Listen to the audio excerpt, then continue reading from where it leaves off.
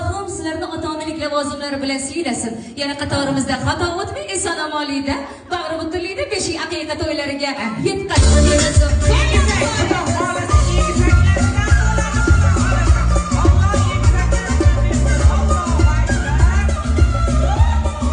Bugun kelin poshimizni go'zallik ramzi bo'lmuş kelin liboslarini dizayneri Shahzodaxon Muhammedovaga, serqirra ijodkor jon singlimizga, opamizga qarsiylar bo'lsin. Siz uchun